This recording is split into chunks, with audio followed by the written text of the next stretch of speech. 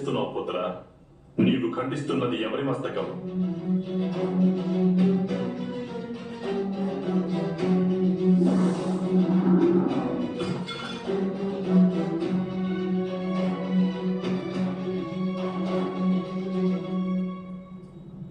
అది మీ మస్తకమే పెద్ద నాన్నగారు.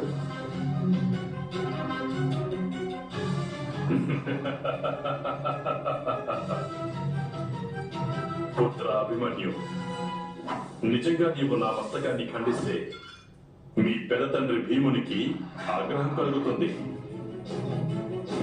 ఎందుకంటే మా నూరుగురు సోదరులను వధిస్తానని మీ పెద్ద తండ్రి భీముడు ప్రమాణం చేశాడు. అలాగే అంగరాజు కర్ణుని నీ తండ్రి చంపాలనుకుంటున్నాడు. అయితే నేను మీ పుత్రులను వధిస్తాను పెద్ద తండ్రి.